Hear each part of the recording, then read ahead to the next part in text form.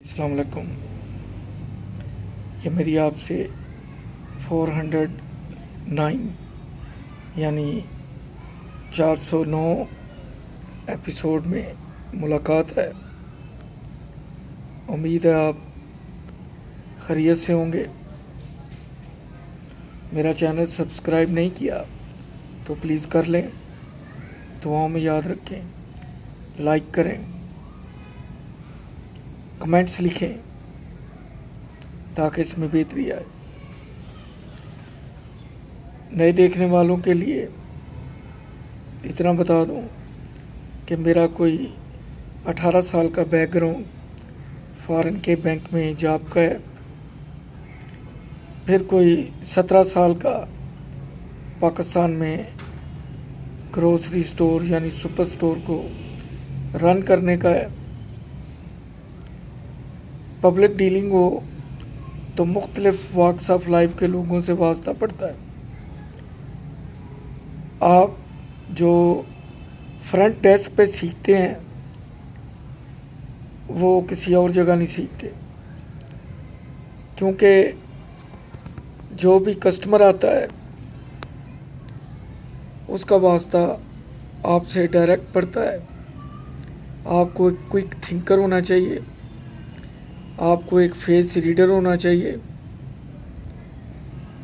अगर आप में बेहतरीन क्वालिटीज़ हैं सेलिंग की तो ये चीज़ें बहुत ज़रूरी हैं। और कोशिश ये भी होनी चाहिए कि अगर आपके जो कस्टमर हैं उनको आपको उनके नाम आने चाहिए। मैं जब 1984 बैंक में गया मस्कत में तो अरबी मुझे नहीं आती थी और बैंकिंग लैंग्वेज टर्म्स एब्रीविएशंस मुझे उनका कोई इल्म नहीं था। आधी बातें मैं हाथों से करता था क्योंकि मुझे अरबिक लैंग्वेज नहीं आती थी। लेकिन एग्जैक्ट 2.5-3 साल के बाद तकरीबन ब्रांच के 1000 से ऊपर जो कस्टमर थे रूटीन में विज़िट वाले, मुझे उनके नाम भी याद थे और उनके अकाउंट नंबर भी याद थे। इस तरह जो ड्राफ्ट बनाने वाले इंडियन, पाकिस्तानी, इजिप्शियन आते थे उनके बेनिफिशरी के नाम और जो सेंडर होता था उसका नाम, इवन उसका पोस्ट बॉक्स नंबर मुझे ज़बानी याद होता था। यह बड़ा प्लस पॉइंट था। तो जिस टॉपिक पे मैं बात करने लगा हूँ, बैकग्राउंड आपको इसलिए बताई है कि आजकल चर्चा हो रहा है महंगाई का और टाइगर फोर्स की चेकिंग का। टाइगर फोर्स पहले तो मेरा लिए कोई ऐसी फोर्स होनी नहीं चाहिए। आगे चल के इसमें कुछ गलत अंसर शामिल हो जाते हैं और कुछ लोग जो गलत इस्तेमाल करना चाहते हैं वो इसको मैनिपुलेट करते हैं। और जो यंग्स होते हैं उनके सेंटीमेंट्स और तरह के होते हैं, तो बाद में ये तंजीमें या फोर्सेस मुल्क के लिए नुकसानदेह होती हैं। डिस्ट्रिक्ट एडमिनिस्ट्रेशन मौजूद है और बहुत से इदारे मौजूद हैं। हाँ, टाइगर फोर्स से अगर काम लेना है तो मेरी एक सजेशन है, क्योंकि मैं स्टोर रन कर चुका हूँ। टाइगर फोर्स दालें, चावल, चीनी शहर के मुख्तलिफ यूनियन काउंसिल के पॉइंट्स में हर 5 किलोमीटर के बाद ट्रक खड़े करें। दुकानदार आएँ, इनसे दालें, चावल, घी, चीनी लेके जाएं और ये एक रेट फिक्स करें कि चने की दाल 110 की मिलनी है, आपने 118, 115 की बेचनी है या 120 की। क्योंकि अगर दुकानदार का 10% प्रॉफिट नहीं है तो वो सरवाइव नहीं कर सकता। इसलिए कि 350-400 रुपये किलो शॉपिंग बैग है। एक शॉपिंग बैग में उसने पैक करना है, सील लगानी है, फिर दूसरे शॉपिंग बैग में उसने डाल के कस्टमर को वो चीज़ देनी है। फिर ट्रांसपोर्टेशन चार्जेस भी आएंगे। फिर जो हेल्पर है जिसने पैकिंग का काम करना है, फिर अगर उसकी दुकान रेंट पे है, फिर बिजली का बिल है, फिर गैस का बिल है, फिर उसकी बच्चों की फ़ीसें हैं, बूढ़े माँ बाप है अगर तो दवाइयाँ हैं जिनकी कीमत 200-300 गुना बढ़ चुकी है, घर में कोई मेहमान। तो जब तक कम से कम 100 पे 10 रुपये ना हो, ये अभी मैंने बहुत थोड़े लगाए हैं, अदरवाइज़ 15% से ऊपर होना चाहिए। लेकिन बदकिस्मती है कि डिटर्जेंट पाउडर, टॉयलेट सोप्स, दूध, ये जितनी भी चीज़ें हैं मल्टीनेशनल कंपनीज़ की, ज़्यादा से ज़्यादा 5-6% उस पर प्रॉफिट है। प्रॉफिट से मतलब ये है कि आपने 60 की चीज़ 65 में बेची है। अब उस 5 रुपये में आपने फ़कीर को भी देने हैं, शॉपिंग बैग भी लेने हैं, दुकान का किराया भी देना है, मुलाज़िम की तनख्वाह भी देनी है, और अगर गनमैन रखा है जो कि बहुत ज़रूरी है तो उसकी 20,000 सैलरी किसने देनी है। ये वो हक़ाइक़ हैं कि जिनसे नज़रें नहीं चुराई जा सकती। पता नहीं जो अरबाब इख्तियार हैं वो इस तरफ क्यों नहीं सोचते। फिर दुकानदार फ़कत एक ऐसा पॉइंट है जहाँ पे नौसरबाज, जाली नोट, चीज़ उठाने वाला, फिर जुर्माने, फिर जो वेट और स्केल है उनको चेक करने वाले, फिर TMA वाले, फिर पंजाब फूड वाले, फिर डाकू भी इसमें शामिल कर लें। मेरे साथ 2 दफ़ा मसाला डकैती हो चुकी है। तो इन सब को भुगता के दुकानदार को क्या बचता है, ये सोचने वाली बात है।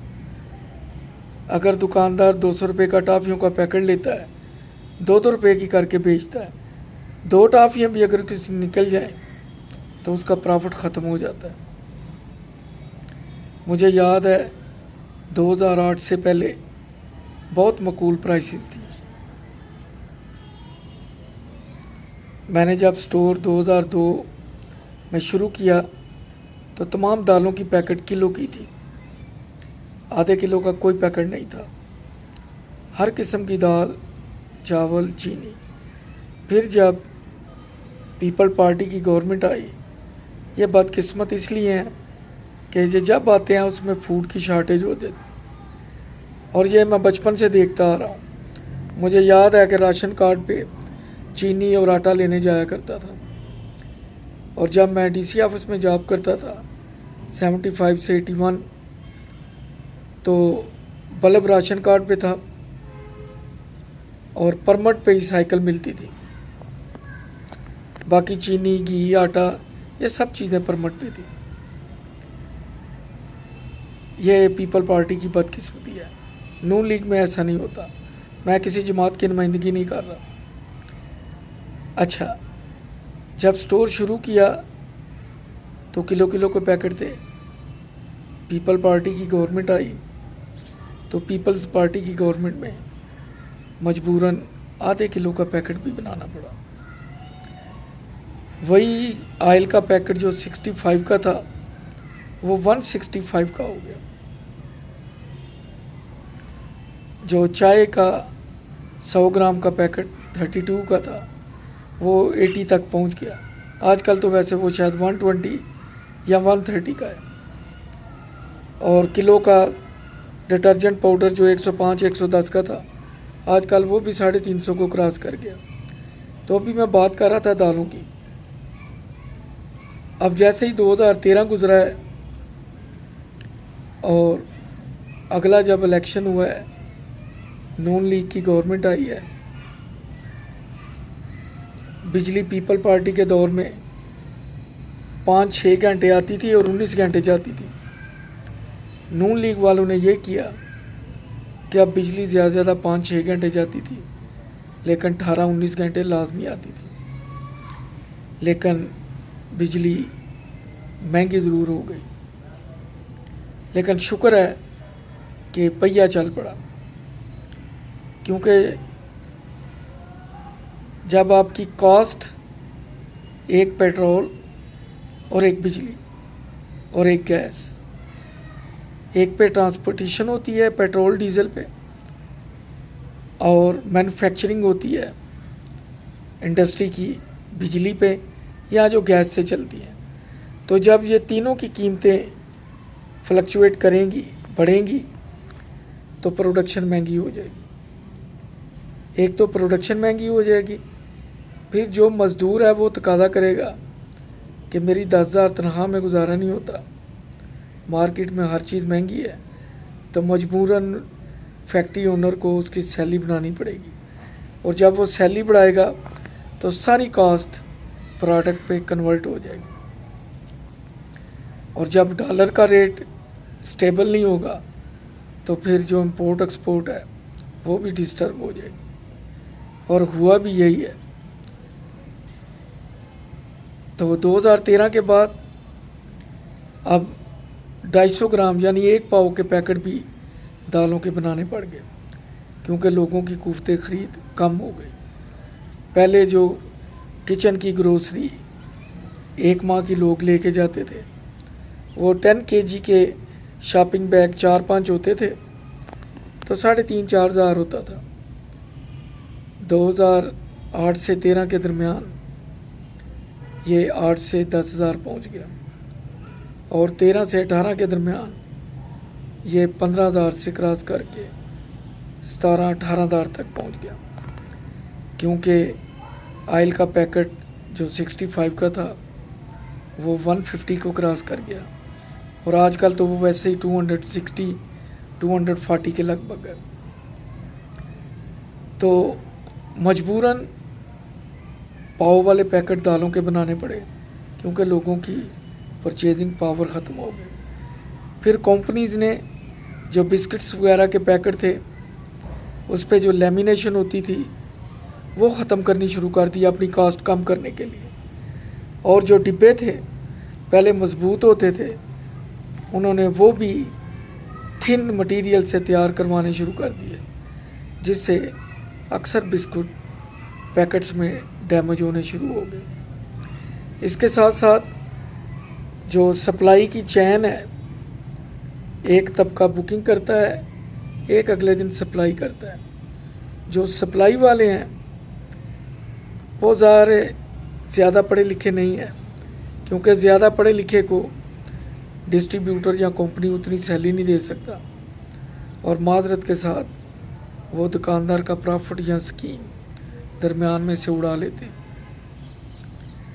और अक्सर मैंने देखा है कि आइसक्रीम के डिब्बे में से 4-5 फीस्ट के पैकेट निकाले गए हैं, सर्फ एक्सेल के कार्टन से 1 पीस गायब है, कैडबरी चॉकलेट में से डिब्बे से पीस निकले हैं। इस तरह जो बिस्किट्स हैं बेस्कोनी वगैरह के, बड़ी महारत के साथ लेमिनेशन को काट के पीस निकाल के उसे दोबारा मैनेज कर दिया। ये दुकानदार का हाल है। दुकानदार बेचारा क्या करेगा? जब वो सामान लेगा तो क्या एक एक पैकेट खोल के देखेगा? ये नामुमकिन है। और अगर एक पैकेट में एक चॉकलेट 20 रुपए की कम है तो उसके पूरे डब्बे का प्रॉफिट जो है वो चला गया। अब आ जाएं टाइगर फोर्स या रेट लिस्ट। रेट लिस्ट की जितनी भी हैं मादरत के साथ वो फेक हैं। पहले 5 की होती थी, आज शायद 10 रुपए की है। पहले डेली आती थी, अब शायद वीकली है या कुछ है। हर रेडी फ्रूट वाली, हर ठेला, हर करियाने की दुकान, हर चिकन, हर मटन की शॉप पे रेट लिस्ट लाजमी है। अब हम दादा लगाएं कि सियालकोट में हज़ारों की तादाद में शॉप्स और रेडियाँ होंगी, और पर रेडी पर शॉप अगर 10 रुपये हैं तो कलेक्शन कितनी होती है और ये किधर जाती है? अगला सवाल कि रेट लिस्ट पे दाल लिखी है चने की मिसाल के तौर पे 110, तो थोक में 120 125 की मिलती है। अब दुकानदार क्या करेगा? दुकानदार की ज़रूरत नहीं है वो चीज़ महंगी बेचे, इसलिए कि ये ऐसी आइटम है जो लोग रोज़ ख़रीदते हैं और लोगों को प्राइस का पता है। हाँ, जूता साल में एक दो मरतबा लेना होता है। इसी तरह नया कपड़ा साल में 2-3 बार। तो पता चला 1500 का जूता 1200 का ले आए, हालांकि वो 1000 का भी नहीं है। सूट शलवार कमीज़ मिसाल दे रहा हूँ 2000 का, पता चला वो 700-800 का है। असल खाल कस्टमर की वहाँ पे उतरती है, करियाने की दुकान पे नहीं उतरती, या प्राइवेट स्कूलों में उतरती है, या जो लेबॉर्ट्रीज़ हैं वहाँ पे उतरती है। करियाने की दुकान, ग्रोसरी स्टोर जितने भी हैं उनका मार्जिन बड़ा थिन है। वो चाहें तो ये चीज़ें नहीं रख सकते, लेकिन उनकी मजबूरी है कि उनको ये चीज़ें रखनी पड़ती हैं। कौन कौन सी चीज़ दुकानदार जुर्माने से बचने के लिए रखनी छोड़ दे? अगर ऐसा करेगा तो खाएगा कहाँ से? रेट लिस्ट मेरे नज़दीक होनी नहीं चाहिए। हाँ, अवेयरनेस कैंपेन होनी चाहिए मीडिया पे कि 1 वीक के लिए आप दालों का बाइकआउट करें, 1 वीक के लिए सब्ज़ी फ्रूट का, 1 वीक के लिए चिकन मटन का। खुद ब खुद इनकी प्राइसें नीचे आ जाएंगी। तो जो भी इस वक्त टाइगर फोर्स से काम लेना चाहते हैं महंगाई कम करने के लिए, ये पॉसिबल नहीं है, क्योंकि दुकानदार का कोई कसूर नहीं है। मैंने एक ही हल बता दिया है कि यूनियन काउंसिल के मुख्तलिफ पॉइंट पे टाइगर फोर्स वाले गोदामों से चीज़ें लें और दुकानदारों को आके सप्लाई करें और उनको बोलें कि आपको 100 की दी है केजी और आपने 110 की बेचनी है। सारा मसला हल हो जाएगा, लेकिन ऐसा होना मुमकिन नहीं है।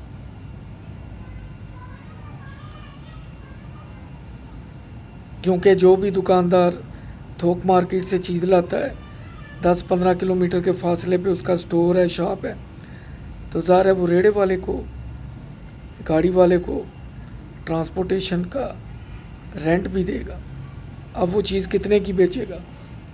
जो रेट लिस्ट वाले हैं वो थोक का रेट मंडी से लेते हैं, या शायद अकबरी मंडी लाहौर का रेट लेते हैं, लेकिन सियालकोट में जो चीज़ लेनी है वो लेके दुकान पे भी लानी है। आपने उसका वहाँ का रेट थोक का लिख दिया है, जब परचून वाली दुकान पे उसने बेचनी है, ट्रांसपोर्टेशन भी होनी है, गैस बिजली का बिल, दुकानदार के अपने खर्चे, किराया, मुलाजम, गनमैन। तो ये कैसे मुमकिन है कि वो 110 रुपये की चीज़ उठाए थोक मार्केट से और 110 की बेचे? 110 की खैर मिलती नहीं, मैंने वैसे ही कह दिया। 110 वाली 120 से कम नहीं मिलती, 125 से। आप रेट लिस्ट लेके घूमें पूरे बाज़ार में, किसी थोक वाली दुकान से आपको उस पर कोई जिन्स, चावल, दालें नहीं मिलेंगी। अंडे पहली बार 170-180 रुपये दर्जन है, जो ज़्यादा से ज़्यादा 140 तक जाते थे। बड़ी एक्यूट शॉर्टेज तब होती थी जब सर्दियाँ होती थी। सर्दियों के दिनों में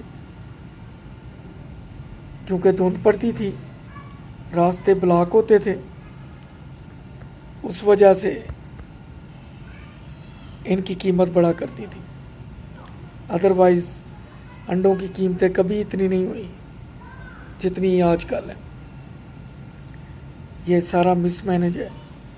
और थोड़ा सा ये भी सोच लें कि जो इनको मुख्तलिफ सियासी जमातों को